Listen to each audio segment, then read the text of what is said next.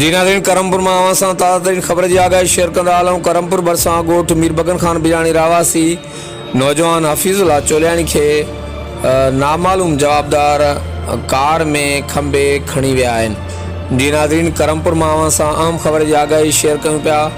वारसन मूजिबि नौजवान हफ़ीज़ुल्लाह चोलियाणी ॻोठ अॻियां लिंक रोड ते बीठो त स्लेटी वॾी कार में सवार 5 नामालूम जवाबदार असांजे नौजवान के खंबे कश्मीर तरफ़ खणी विया आहिनि। वारसन पुलिस ऐं ॿियनि वस वारनि खां मुतालबो कयो त कार जी नाकाबंदी करे नौजवान के रिहा करायो वञे। जी नाज़रीन, करमपुर में आवां सां अहम ख़बर जी आगाही शेयर कंदा हलूं।